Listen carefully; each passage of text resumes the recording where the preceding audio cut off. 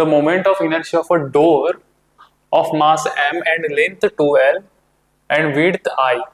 Okay, so length of the door is 2l. Okay, width is l. This is the width.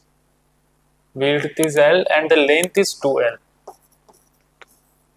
Okay, about its longer side. Okay, so this is the longer side. So this is the axis about which the door is going to rotate. Now what will be the moment of inertia of this planar body about this axis? We know already that if we have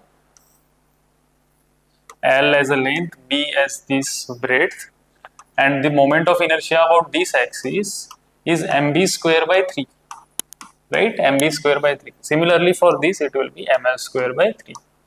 Basically it is rod, na? So this is passing through end of one rod. If I compress this body like this, it will become a rod. And it doesn't matter if you translate these particles parallel to the axis, okay, in this way. You don't have to do like this, then moment of inertia will change. If you translate it like this, the moment of inertia will remain same. Okay, so it is basically rod mb square by 3. Okay, so similarly this will be ml square by 3.